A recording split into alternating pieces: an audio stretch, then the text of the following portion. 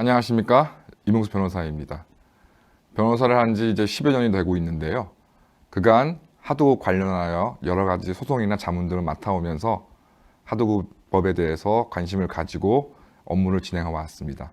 이 부분에 대해서 여러분께 강의를 드리게 된 점에 대해서 개인적으로 영광으로 생각하고, 제가 실무상 여러 가지 느꼈던 점들에 대해서 간략하게나마 설명을 드리도록 하겠습니다.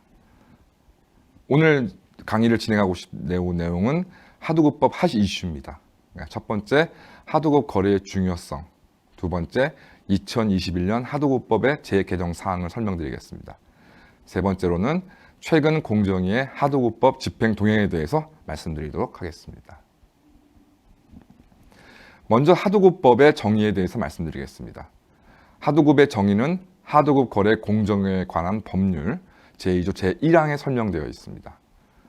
하도급 거래란 원사업자가 수급사업자에게 제조, 수리, 건설 위탁 또는 용역 위탁을 하거나 원사업자가 다른 사업자로부터 제조, 수리, 건설, 용역 위탁을 받은 것을 수급사업자에게 다시 위탁한 경우, 그 위탁을 받은 수급사업자가 위탁받은 것을 제조, 수리, 시공하거나 용역을 수행하여 원사업자에게 납품, 인도 또는 제공하여 그 대가를 받는 행위를 말합니다. 여러 단계의 거래가 중첩되어 있다고 할 수 있습니다. 이에 따라서 순수 시장 구매와 기업 내부 생산의 중간 형태라고 할 수 있고요. 이에 따라서 서울고등법원은 순수한 구매 계약은 하도급법이 적용되지 않는다라고 판결한 바 있습니다. 그렇다면 원사업자나 발주자의 사이에서도 이 하도급법이 적용될 수 있느냐가 문제될 수 있는데요. 대법원은 원사업자 등에 대비하여 발주자로부터 주문을 받은 의무 없이 수급사업자에게 제조 등에 위탁하는 경우도 포함된다고 하여 원사업자와 발주자 혹은 발주자와 하도급 업체와의 직접적인 거래 관계도 하도급법이 적용된다고 설명하고 있습니다.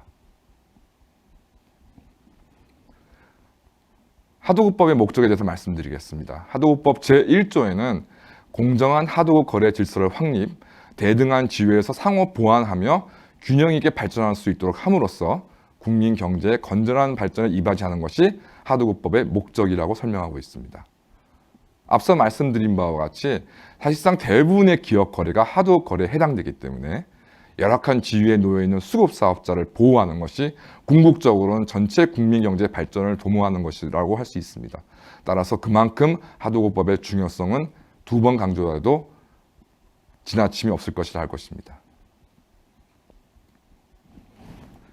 하도급법 재개정 사항에 대해서 설명드리도록 하겠습니다. 우선 하도급법이 개정되었는데요. 2019년 11월 26일 법률 제 16,649호로 일부 개정되었습니다. 이 법은 작년 5월 27일부터 시행되고 있습니다. 개정 전 법의 경우 공급 원가 변동으로 하도급 대금의 조정이 필요한 경우에 수급 사업자가 원 사업자에게 하도급 대금의 조정을 신청할 수 있도록 하고 있었습니다. 하지만 수급 사업자의 책임을 돌릴 수 없는 사유로 납품 시기 등에 지연되어서 관리비 등의 비용이 발생한 경우 수급 사업자와 원 사업자가 그 비용을 공동으로 부담할 수 있는 근거가 없어서 이로 인한 비용 부담을 수급 사업자가 모두 떠안게 되는 문제가 있었습니다. 이에 원 사업자는 제조 등의 위탁을 한 후에 목적물 등의 납품 등 시기의 변동으로 인해 계약 금액이 증액되는 경우에 발주자로부터 증액받은 계약 금액의 내용과 비율에 따라 하도급 대금을 증액하도록 하고, 수급 사업자는 그의 책임으로 돌릴 수 없는 사유로 납품 등의 시기가 지연되어 관리비 등의 공급 원가 외에 비용이 변동되는 경우 원 사업자에게 하도급 대금을 조정을 신청할 수 있도록 개정되었습니다. 그 내용이 하도급법 제16 제2항 제1호고요. 이 내용을 보시면 말씀드린 바와 같이 수급 사업자의 책임으로 돌릴 수 없는 사유로 납품 시기 등이 지연되어서 관리비 등의 비용이 발생한 경우 원 사업자는 증액된 계약 금액의 내용과 비율에 따라 하도급 대금을 증액하여야 하고, 수급 사업자는 원 사업자에게 하도급 대금의 조정을 신청이 가능하도록 개정하였습니다. 또한 앞서 말씀드린 바와 같이 공급 원가 등의 변동에 따라서도 하도급 대금의 조정을 신청할 수 있도록 하였습니다. 이에 따라서 수급 사업자의 책임으로 돌릴 수 없는 사유로 목적물 등의 납품 등 시기가 지연되어 관리비 등 공급 원가 외에 비용이 변동되는 경우에 이 경우에도 하도급 대금의 조정을 신청하도록 개정하였습니다. 대통령령도 일부 개정되었는데요. 2021년 1월 12일 대통령령 제31,393호로 일부 개정되었고 이 시행령은 올해 1월 12일 바로 시행되고 있습니다.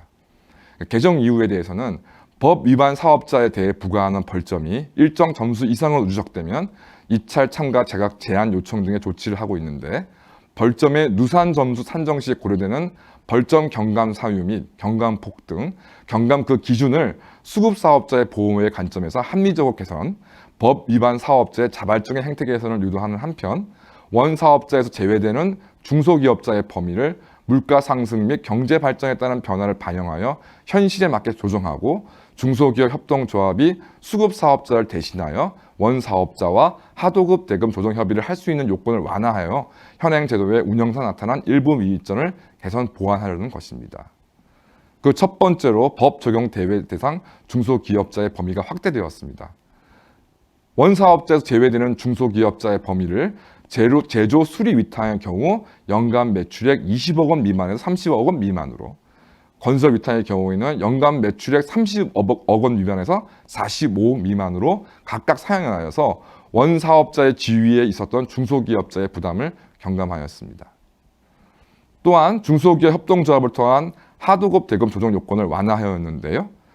조정 대상의 원 사업자의 범위를 모든 중견기업으로 확대하였고 계약 체결로부터 60일이 경과하지 않은 경우에도 중소기업 협동조합을 통한 하도급 대금 조정을 신청할 수 있도록 개정하였습니다. 그 다음 벌점 부과 기준을 합리적으로 개선하였는데요. 법 위반 사업자에 부과되는 벌점에 대한 경감 기준이 지나치게 엄격하거나 수급 사업자의 권익 보호와 거리가 멀어서 원 사업자의 행태 개선을 유도하는 효과가 떨어지는 문제를 개선하기 위하여 수급 사업자의 권익 보호 효과가 적은 하도급 관련 교육 이수 실적, 전자 입찰 실적 등의 경감 항목을 아예 삭제하고 수급 사업자의 권익 보호 효과가 큰 표준 하도급 계약서 사용 실적, 수급 사업자에 대한 발주자의 직접 대금 실적 등에 관한 경감폭을 확대하여 하도급 거래 모험죄 선정 사실이나 수급 사업자에게 입힌 피해의 자발적인 구제 실적 등의 경감 항목을 신설하기도 하였습니다. 다시 한번 말씀드리면 결국은 하도급법을 위반하는 업체라 하더라도 하도급법을 실질적으로 준수한 실적들이 우수한 업체들에게 이러한 벌점을 경감시킬 수 있는 기준을 강화함으로써 원사업자로 하여금 하도급법을 계속적으로 준수하도록 유도한 효과를 나타날 것으로 기대됩니다.